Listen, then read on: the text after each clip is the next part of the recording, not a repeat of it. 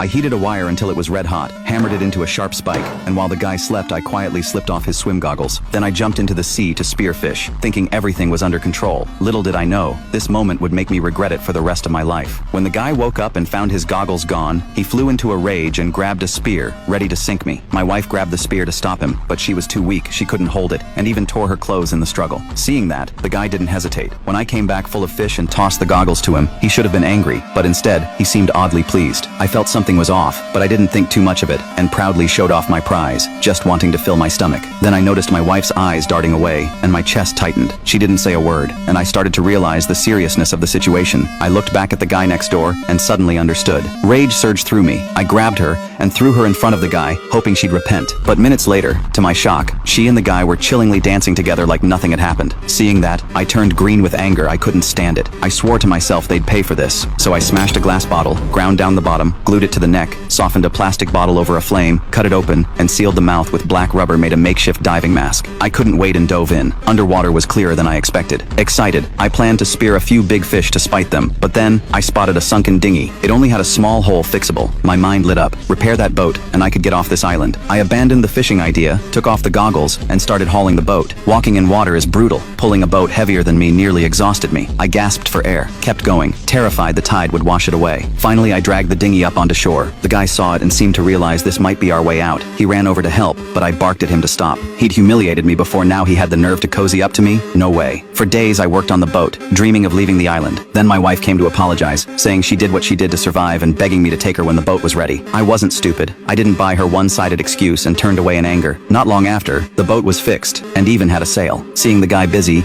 I grabbed my spear, planning to catch a few more fish for provisions. But as soon as I hit the water, I sensed something was wrong. I surfaced and saw they had already loaded all their stuff into the dinghy. They were trying to steal my boat. Fury boiled over. I sprinted to the shore, trying to stop them, but it was too late. They'd pushed the boat into the water. I chased after them but couldn't catch up, and could only roar on the beach. Watching them sail away, my anger strangely shifted to amusement. I lay back in my chair, ready to watch the show.